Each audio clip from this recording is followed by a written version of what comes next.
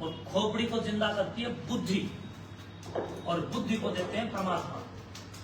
और जब बुद्धि की शुद्धि के लिए हम लोग कलम क्रांति की अभिशंसा लेकर के आगे बढ़ते हैं, हम लोग कलम के द्वारा एक महान क्रांति को खड़ा करते हैं, तब हमारी पीठ पर ये पिट्ठू बैग लग जाते हैं।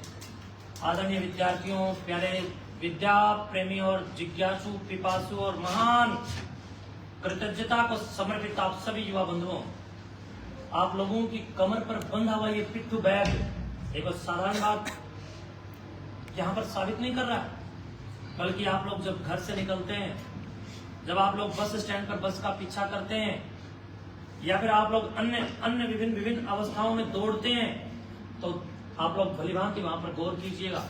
शाम और सुबह जाकर आप अपने माता और पिता के चरण वंदन करते हैं, चरण छूते हैं, तो आपके माता पिता आपकी पीठ को थपथपा के आशीर्वाद देते हैं। उसी तरीके से बंधुओं, आपकी पीठ को नियामक बन करके ये बैग भी थपथपाने का काम करता है। जिस विद्यार्थी की पीठ को पिट्ठू बैग में स्थित ज्ञान और विज्ञान, रीजनिंग के साथ साथ समसामयिक मामलों के साथ साथ संस्कृत के साथ साथ मैथ के साथ साथ इंग्लिश और इंग्लिश के साथ साथ हिंदी के साथ साथ पुष्ट व्याकरण, पतंजलि व्याकरण, पाणिनि व्याकरण, ये सब शास्त्र जिस विद्यार्थी की पीठ को थपथपाते हो, वह विद्यार्थी इस भारत का चंद्रयान 4 लॉन्च करने वाला ही है। अब 3 लॉन्च हमने किया है, आने वाले समय के अंदर 4 लॉन्च होगा, तो वही विद्यार्थी होंगे जिनकी पीठ को इस पिट्ठू बैग ने थपथपाया। और आप सब भी उसी कारक विधि में आगे बढ़ रहे हैं। आगे बढ़ करके अपनी चेतना को जगा करके इन पुस्तकों से दोस्ती करके अच्छी अच्छी पुस्तकों को पढ़िए। और जिन 2-4 मैं पुस्तकों के नाम आपको बताऊंगा, मैं आपको गारंटी के साथ कहता हूँ, इन पुस्तकों को अगर आप लोग पढ़ोगे तो ये पुस्तक आपके लिए ठीक उसी तरह होंगी जैसे 3री और 4थी और 5वीं कक्षा की किताबें आज आपको लगती हैं। आपके सामने मैं अभी कक्षा 3 की पुस्तक रखूं, आपको बिल्कुल खिलौना से लगती है, होता है ना ऐसा, बिल्कुल ऐसे लगेंगे क्या है ये। लेकिन जब हम लोग उस छोटी कक्षाओं में थे तो हमारे लिए वही पहाड़ थी। आज आप लोगों के सामने ये किताबें आज आपको पहाड़ लग रही हैं, लेकिन जब आप लोग राष्ट्रीय और अंतर्राष्ट्रीय राइटर्स को पढ़ेंगे, मोटिवेटर्स को पढ़ेंगे, तो आपको ये पुस्तकें भी खिलौना लगने लग जाएंगे। बिल्कुल ऐसे साधारण आप पहले ही अटेम्प्ट में आगे बढ़ने के लिए तैयार हो जाएंगे। प्रिय बंधुओं, एक पुस्तक है जिसका नाम है the power of student mind. पढ़ना उसको, the power of student mind. एक पुस्तक है शिव खेड़ा की पुस्तक, जीत आपकी। पढ़ी आप में से किसी ने? अगर इन पुस्तकों को नहीं पढ़ी तो फिर जानवर बनने से हमें कोई नहीं रोक सकता। हमें मनुष्य बनना है तो मनुष्यता के लिए उस किताब को जीतना पड़ेगा और उस किताब को पढ़ना भी पड़ेगा। मैंने यहाँ 2 शब्द एक जैसे बोले, एक किताब और एक किताब। आपकी दोस्ती किताब से होनी चाहिए। और जिस व्यक्ति की, जिस बच्चे की, जिस विद्यार्थी की, चाहे वो लड़की हो चाहे लड़का हो, शिक्षा नीति की इस आराधना में नहीं है, वो जानवर है। जिसको पुस्तक से प्यार नहीं, वो जानवर है। और अपने उस जानवर को मार करके अपने भीतर मनुष्य को जन्म देना है तो पढ़िए जीत आपकी, शिव खेड़ा को पढ़िए।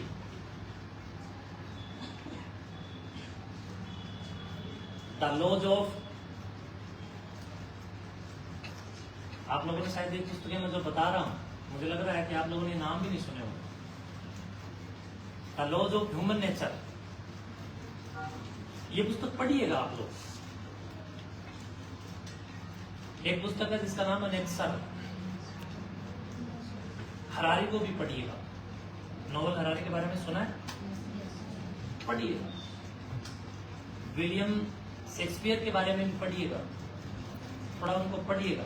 अल्बर्ट आइंस्टीन, भगत सिंह की पुस्तक में नास्तिक क्यों, प्लीज निवेदनात्मक और जीवन सृजनात्मक शैली के साथ आप सबसे अपीलबद्ध हूं। जब इन चीजों को आप पढ़ेंगे तो फिर आपको वहीं से प्रेरणा मिलेगी कि मुझे और क्या पढ़ना है। और जब इन पुस्तकों को आप लोग पढ़ेंगे, एक पुस्तक है सेपियंस, और एक पुस्तक है हिंदी में 1,96,8,53,125 वर्ष से हम लोग इस भारत की ही नहीं बल्कि पूरी दुनिया की इस धरती के ऊपर जन्म लेकर के आए हैं। पूरी सृष्टि की समष्टि में हम लोग पैदा होकर के आए हैं। तो हम लोगों को थोड़ा ऊंचा सोचना और ऊंचा विचारना और ऊंचा पढ़ना और आगे बढ़ने का संकल्प विकल्प के रूप में अपनाना ही होगा संभवतया। अगर हम लोग इन उड़ता त्रिशूल से लेकर जीत आपकी से लेकर ह्यूमन नेचर से लेकर the power of student mind से लेकर सेपियंस से लेकर वैदिक विश्व राष्ट्र का इतिहास नामक जो भी मैं बोल रहा हूं, इन पुस्तकों को नहीं पढ़ेंगे तो आगे कदाचित नहीं बढ़ेंगे। आप लोगों ने आनंद मठ को पढ़ा होगा, पढ़ा है आनंद मठ? एक उपन्यास है, पढ़ा आपने? किसी विद्यार्थी ने पढ़ा हो कि सारे क्लिप पे हो? है आनंद मठ, बंकिम चंद्र चटर्जी ने कितना शानदार लिखा है। अगर इन चीजों को आप लोग पढ़ोगे, मैं आपको विश्वसनीयता के साथ आज इस बात का जिम्मेदाराना व्यवहार लेकर के आप सबके सामने वचन देकर के जाता हूं कि जितने विद्यार्थी आज आप लोग सी के डी के ग्रुपों में छोटी छोटी नौकरियां जो ढूंढ रहे हो, आप लोग और बड़ा सोचोगे, अपने जीवन को उस विकास की ओर लेकर के जाओगे जिसके लिए डार्विन ने काम किया, मेडल ने काम किया, भाभा ने काम किया, गैलीलियो ने काम किया, मार्क्स ने काम किया, महिधर ने काम किया, सायण ने काम किया, सुश्रुत ने काम किया, चरक ने काम किया, कणव, कणाद, कपिल, जैमिनी, पतंजलि, पाणिनि, इन आदि ऋषियों ने काम किया, वारामिर ने काम किया, अगस्त्य ने काम किया, पुलस्त्य ने काम किया। एक शानदार रणनीति बनाइए, तभी जाकर के शिक्षा अपने आपकी बुद्धि के अंदर स्थापित होगी। इस बात की मैं विश्वसनीयता के साथ गारंटी ले रहा हूं। जब तक आपके पास रणनीति नहीं है, रण क्षेत्र नहीं है, पहले रण क्षेत्र युद्ध में पारंगत शस्त्रों के साथ परिष्कृत करने पड़ते थे, लेकिन आज अगर रण क्षेत्र में आप उड़ते हैं तो कलम से बड़ा कोई हथियार नहीं। पहले आपको विदेशी लोगों से लड़ना पड़ रहा था और अब आपको अपने आप से लड़ना है। और जब आप अपने आप से लड़ोगे तो इस बात को मान के चलिएगा कि आपकी बुद्धि का विकास आपके जीवन का निर्माण करेगा और वो जीवन राजा की तरह नेतृत्व करेगा। अगर आप लोग अनपढ़ता के कोड से गुजरेंगे तो आप शिक्षित लोगों के ऊपर दो कोटि के लोग नेतृत्व क्षमता का रोब और ध्वंस जमाने का काम करेंगे। इसलिए पढ़िएगा एक बार डॉक्टर एपीजे अब्दुल कलाम साहब को, इसलिए पढ़िएगा एक बार परमाणु परीक्षण को। इसलिए मैं आप सब बंधुओं के बीच में आया हूं कि इन बैग्स में बंद किताबें ही आपका जीवन तय नहीं करेंगी, बल्कि वो सब लाइब्रेरीज जो आज भरी पड़ी हैं वो सब आपकी खोपड़ी में आएंगी। तब आपका जीवन अपने साथ जब चलेगा तो एक लाइब्रेरी लेकर के चलेगा। मैं आपके बीच में खड़ा हूं, हजारों हजार पुस्तकें मैंने पढ़ी हैं और लगातार पढ़ता हूँ। मुझे पढ़ने के प्रति बहुत रुचि, और जो व्यक्ति पुस्तकों से प्यार नहीं करता, मैं पहले कह चुका हूँ, जानवर मैं कदाचित नहीं हूँ, मैं इंसान, मैं अपने आप को इंसान बनाऊंगा। और उसके लिए मैं अक्षर मां दिव्य किसी भी प्रकार का कोई जुआ आदि खेलना पसंद नहीं करता और ना ही खेलने वाले लोगों को पसंद करता। कोई ताश खेलने वाले, मांस खाने वाले, दुराचारी, पापाचारी, मिथ्याचारी, व्यभिचारी और इसके उल्टा जितने भी नशेड़ी लोगों ने समाज के अंदर चल करके जो नशे का एक त्राइमाम का एक दायरा तैयार कर दिया है, नशे के कारण जो आज बच्चे उन लोगों के पढ़ नहीं पा रहे हैं और समाज के अंदर एक बहुत बड़े स्तर पर क्रंदन जो अंधविश्वास ने विज्ञान का तिरस्कार करके पैदा कर दिया, उसके खिलाफ भी हम लोग काम कर रहे हैं। सब कार्य के पीछे ये बुद्धि नहीं है बल्कि ज्ञान और विज्ञान है। जब हम लोग ज्ञान और विज्ञान का अध्ययन करेंगे तो हमारी बुद्धि को इस बात की कमांड्स यानी कमांड मिलती है कि हम क्या करें और क्या ना करें। जीवन को छोटी इकाइयों में कदाचित तुलनात्मक हम लोग ना बनाकर खड़ा करें, बल्कि जीवन में हमेशा राजा की तरह सोचें और बड़ा सोचें। गरीब सोचोगे तो गरीब बन जाओगे और बड़ा सोचोगे तो बड़ा बनोगे और छोटा सोचोगे तो दुनिया की कोई ताकत आपको बड़ा नहीं बना सकती। इस बात को लिखिएगा। आप लोगों ने चारवाक दर्शन के बारे में सुना होगा। चारवाक दर्शन के अंदर कितनी प्रकार की नास्तिकताएं और आस्तिकताएं एक साथ लिखी गई हैं, लिपिबद्ध और कटिबद्ध और प्रतिबद्ध तैयार की गई हैं। लेकिन बहुत सारे बच्चे इनको पढ़ करके इनकी केवल नकारात्मकता को ही धारण करते हैं। मैं समझता हूं जहां आप जहर से भी औषधि तैयार कर लें, ये स्थिति ही विद्या कहलाती है। अन्यथा आप अगर नकारात्मक हैं तो आपकी जो थाइमस ग्रंथि है वो आपके अंदर नकारात्मकता के रस को इस प्रकार से स्रावित और हार्मोन्स को इस प्रकार से स्रावित करेगी कि आपके हार्मोन्स डिसबैलेंस होंगे और आप टेंशन में जाएंगे, नकारात्मकता में जाएंगे, बीमार हो जाओगे। और जो आप लोग पढ़ रहे हैं वो आपकी प्रतीक्षाओं में कदाचित नहीं जा सकता और जीवन की प्रतीक्षाओं को आप लोग कदाचित नहीं खो सकते। आप और प्रतीक्षा करेंगे कि मैं डी ग्रुप में कब लगूं। इस प्रतीक्षा के कीड़े को मारना है तो अपने तितिक्षा को जागरूक करना है और अपने आप को जुझारू बनाना है। प्रिय बंधुओं, संस्कार शाला के उन सब शिक्षकों के साथ में वहां पर छोटे छोटे उन नव जीवन के प्रहरी और आगामी आने वाले समय के पुष्पों से मिलकर के आया हूं। वहां पर मैंने छोटे छोटे बच्चों के संस्कार से विभूषित श्रीमान कुलदीप जी के नेतृत्व में भविष्य, अरे वो आज का बीज कल का फूल बनने वाला है। छोटे छोटे बच्चों का जो अनुशासन मुझे दिखा, उनसे मुझे आप लोगों की परिभाषा का भी ज्ञान हुआ। मैंने विचार किया कि यहाँ पर जो शैक्षणिक स्तर को बढ़ावा देने के लिए शिक्षक छोटे छोटे बच्चों को इस प्रकार से यहाँ पर जिज्ञासु बना रहे हैं और उनके अंदर के लालित्य को तैयार कर रहे हैं, उनके अंदर सौहार्द की भावनाओं की गंग नहर बहा रहे हैं, तो फिर इनके बड़े बच्चे कितने समझदार होंगे। और बिल्कुल ठीक उसी दर में आप लोग मुझे यहाँ पर इस अनुशासन के साथ दिखे। वास्तव में मैंने जो सोचा वो सही सोचा। तो आज आप सब लोगों से मैं निवेदन करूंगा कि महायोगी गुरु गोरक्षनाथ जी महाराज ने प्रत्येक व्यक्ति को शिक्षा के साथ आगे बढ़ने के लिए जो आदेश दिया है, आप सब लोग भी उस पर चलेंगे। महायोगी गोरक्षनाथ जी महाराज एक जगह लिखते हैं, आप खाए भांगी भस्काए तम में अक्कल कहां से आए, चढ़ता पित्त उतरता बाय तांते गोरक्ष भांगी नसाए। यानी मैं गोरक्षनाथ योगी, अर्थात गोरक्षनाथ जी कहते हैं कि मैं गोरक्षनाथ योगी दुनिया के लोगों तुम्हें चेता रहा हूं, जागरूक कर रहा हूं कि तुम गलीच जानवरों में कदाचित अपने जीवन को सर्वनाश की बेड़ियों में मत बांधना, बल्कि जो व्यक्ति आपको खाए यानी अफीम का भक्षण करता है, नशाखोरी करता है, आंखों खाए भांगी भस्काए, जो भांग का भक्षण भी करता है, तब में अक्कल कहां से आए, इस प्रकार के लोगों में बुद्धि कहां से आएगी। इसलिए मैं गोरक्ष योगी तुम्हें कहता हूं कि चढ़ता पित्त उतरता बाय, ऐसे नशेड़ी लोगों में कभी तो वात पित्त और कफ डगमग होकर के वो लोग बीमार पड़ेंगे और हॉस्पिटल में जाकर के नरक की यात्रा करेंगे। हॉस्पिटल जितने भी हैं नरक ही तो हैं। किसी की टांग ऊपर बंदी खड़ी है, किसी की हाथ ऊपर बंधा खड़ा है, किसी के कमर में कीड़े पड़ रहे हैं, सब क्या है, ये नरक की जीवनी है। तो इस नरक से हमें कोई बचा सकता है तो ये कलम की तेजस्विता हमें बचा सकती है।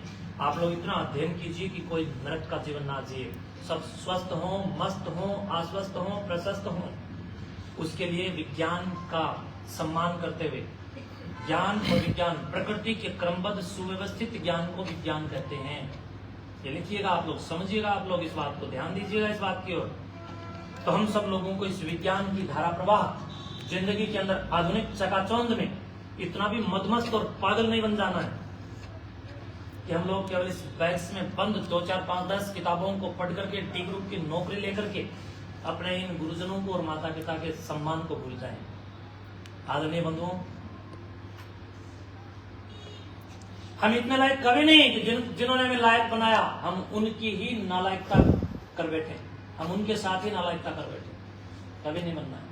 तो आपको अच्छा और श्रेष्ठ बनना है तो उसके लिए अपने आप को सबसे पहले संस्कारों की भट्टी में डलना है और फिर वैज्ञानिकों का सम्मान करना है, दार्शनिकों का सम्मान करना है, ऋषियों का सम्मान करना है, ब्रह्म ऋषियों का, योग ऋषियों का, तपस्वियों का और साधकों का, और अपने देश का सम्मान, अपने घर का, अपने परिवार का और माता और पिता के साथ साथ भाई और बंधुओं का भी सम्मान करना है। उसके लिए हमें बहुत बड़े स्तर पर शिक्षा की इस कसौटी को अपनी इस खोपड़ी में इंस्टॉल करके, इस खोपड़ी को शिक्षा ही जागरूक रखती है, तो मैं बताएगा।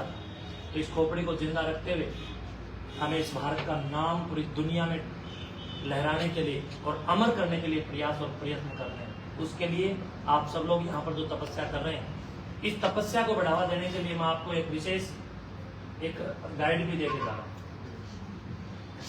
आप सब बच्चे चाहते हैं ना नौकरी लगे, यानी नौकर बनना चाह रहे हो?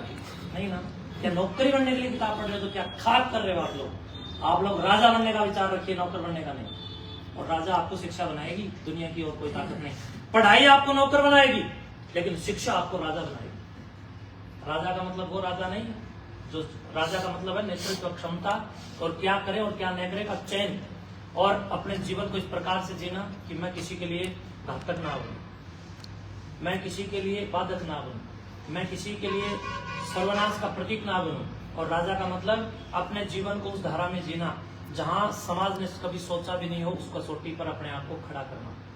तमाम विपरीतार्थक और विपरीत परिस्थितियों के साथ एक युद्ध और क्षेम लड़ करके बड़े स्तर पर हम लोगों को कामयाब नहीं बल्कि चमकना है, अनमोल बनना है। अल्बर्ट आइंस्टीन ने इस बात को कहा था कि सफलता के लिए मत दौड़ो, अरे मत पढ़िए सफलता के लिए, बल्कि पढ़ना है तो अपने आप को बेशकीमती बनाने के लिए अध्ययन कीजिए, स्वाध्याय कीजिए। हमारे यहाँ तो शास्त्र कहता है कि जिस व्यक्ति में, देखो मित्र किसको बनाए, दोस्त किसको बनाए, जिस व्यक्ति में अध्ययन करने की गुणवत्ता ना हो कभी मित्र मत बनाइए। जिसकी हॉबी, अब यूपीएससी की तरफ आप लोग जाते हैं तो वहां पर आपको जब इंटरव्यू फेस करने पड़ते हैं तो आपसे ये पूछा जाता है हॉबी क्या है, तो आप वहां ये कहेंगे कि चाय की कप पीना मेरी हॉबी है, बाहर निकलो यहाँ से। आपकी हॉबी भी मायने रखती है, किस समय आप किस शब्द को सिलेक्ट करते हैं, किस समय आप क्या लिख रहे हैं, आप खाली समय में क्या कर रहे हैं। अगर आपकी हॉबी खाली समय में भी पुस्तकों के साथ नहीं जुड़ती है तो आपको बाहर कर दिया जाता है। मैं आप सब बंधुओं से ये कहूंगा, प्लीज अपनी हॉबी को सुधारिए। जिस व्यक्ति में स्वाध्याय करने का होश और जोश और उल्लास और तहजीब ना हो उसको दोस्त मत बनाइए, चाहे वो लड़की हो चाहे लड़का हो। जिसमें संगीत ना हो और जिसमें कोई भी एक कला ना हो, ऐसे व्यक्ति को कभी भी मित्र मत बनाइए। और जो अनुशासित ना हो, जिसका जीवन अनुशासन के विरुद्ध हो, ऐसे आदमी को भी दोस्त मत बनाइए। फिर देखना बड़े स्तर पर सुधार हो जाएगा। आप सबसे निवेदन करूंगा, बहनों भटको मत।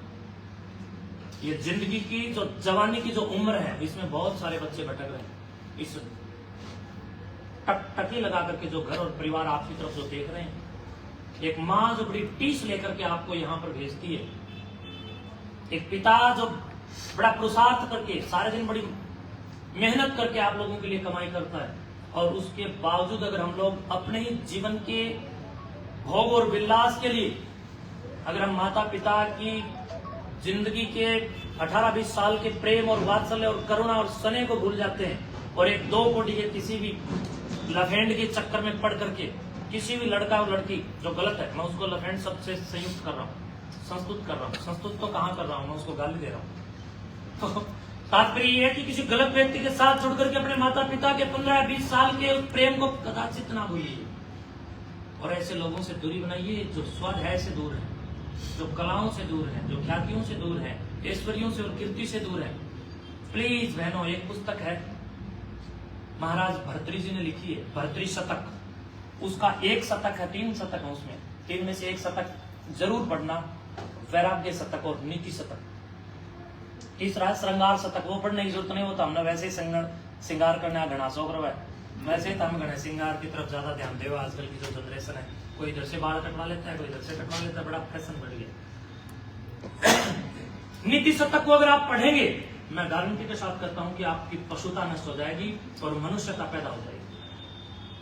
पढ़ेंगे 24 घंटे में से 24 मिनट निकाल कर पुस्तक पढ़िए और ये स्वाध्याय आपको मनुष्यता प्रदान करेगा और आदर्श दिनचर्या प्रदान करेगा। अब आप लोग जिस नौकरी के लिए भाग रहे हैं, मैं उसके लिए गाइड देके जा रहा हूं। आदरणीय विद्यार्थियों, जिंदगी में सबसे बड़ा अगर कोई मायने रखता है तो काउंसलिंग मायने रखती है। और मैं समझता हूं कि पढ़ते समय अगर बच्चों की काउंसलिंग हो जाए तो शादी के बाद में थानों में जाके जो स्त्री और पुरुष के जो झगड़े उनमें काउंसलिंग करने की जरूरत नहीं पड़ेगी। उस काउंसलिंग का अर्थ होता है परामर्श करना हिंदी में। उस परामर्श के लिए प्लीज किसी परामर्श दाता आईएएस और आईपीएस अधिकारी को समय समय पर बुलाकर 2 महीने में या 1.5 महीने में एक बार ये विद्यापीठ, एक बार ये आपका पतंजलि ग्रुप यहाँ पर इन बच्चों का अगर काउंसलिंग करा देगा, अगले ही भर्ती के अंदर देखना कितने सारे बच्चे नौकरी लगते हैं।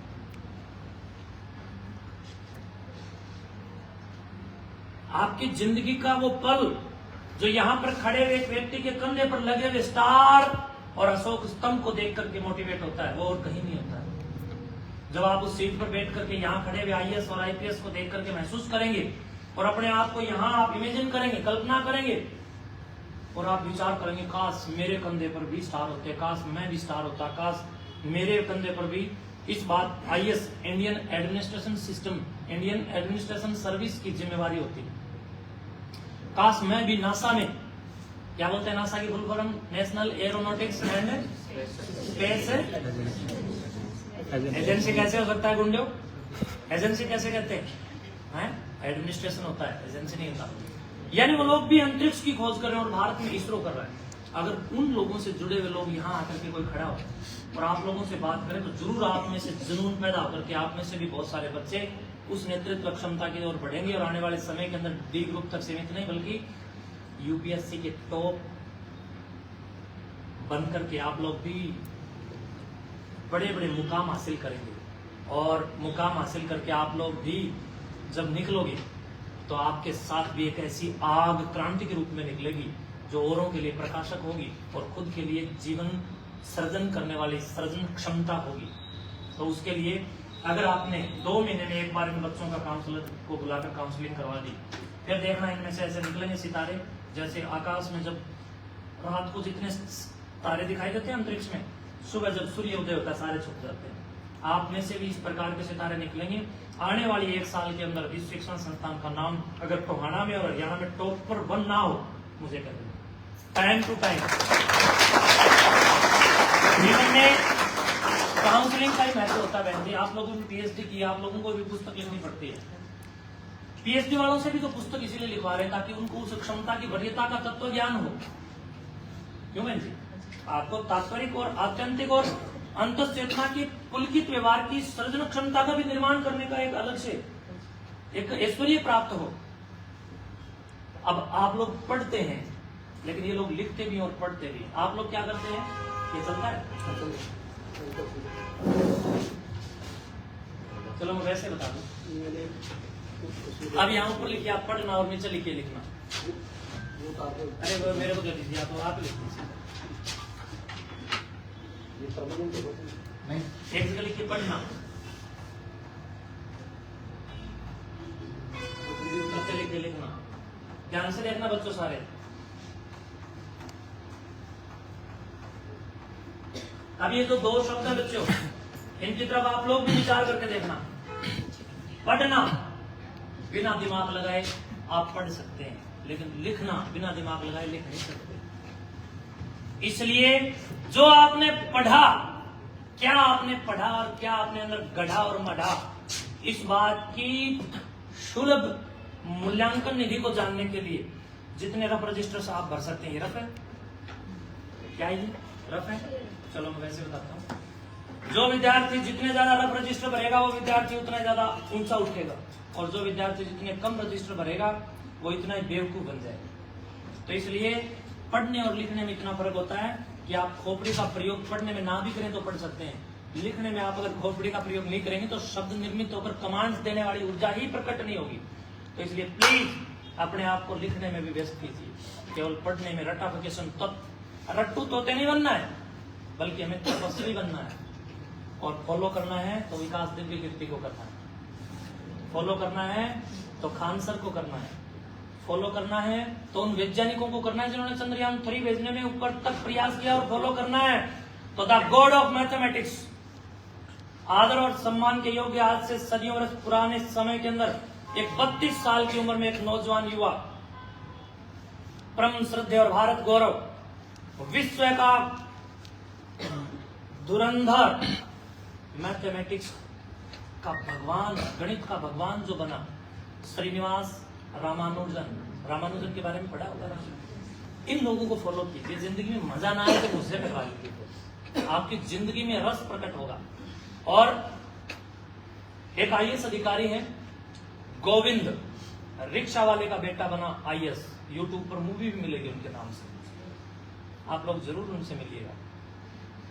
ऐसे लोग उनसे ना भी मिल पाए तो उनके बारे में जो मूवी बनी हुई है देखिएगा। गरीबों के घर में, साधारण घरों के अंदर साधारण हस्तियां किस प्रकार से पैदा हुई हैं, आप लोग भी ऐसे बनेंगे। उसको बनने के लिए आप लोग एक बार हरियाणा केंद्र का एक आईपीएस अफसर श्रीमान नरेंद्र बिजारनिया को भी पढ़िएगा। और पुनिया साहब के बारे में जानते हैं? हिसार में जो एसपी थे पहले, गंगाराम पुनिया, जानते हैं? श्रीमान गंगाराम पुनिया, उनके बारे में पढ़िए। वो लड़का किस प्रकार खेतों में काम करता करता, कसी कसौले लेकर के काम करता करता आज आईपीएस बन गया। और हांसी का पूर्व आईपीएस अफसर जानते हैं आप लोग? अभी कुछ समय पहले ट्रांसफर हुए, मकसूद अहमद, जानते हैं? एक ऐसा हीरा जो एक गरीब सिंपल साधारण परिवार में पैदा होता है। एक लड़का, पिताजी बैंक में नौकरी करते हैं, बेटा जा करके पढ़ता पढ़ता एक वीडियोकॉन कंपनी के अंदर साधारण नौकरी लग गया, लेकिन उसके दिमाग के अंदर इस बात की पुलकित गतिविधियां चलती रही कि मुझे बहुत बड़े स्तर पर कार्य करना है और अपने आप को सशक्त राजा बनाना है। मुस्लिम परिवार में, मेव परिवार में पैदा होने वाला वो लड़का पढ़ता रहा और अपने आप को इस प्रकार से तैयार करता रहा कि यूपीएससी में जब रैंक उसको मिला तो आईपीएस बन गया। आज वो एडमिनिस्ट्रेशन सिस्टम को ये लोग संभाल रहे हैं। इंडियन पुलिस सर्विस, भारतीय जनरक्षक सेवा वो लोग कर रहे हैं।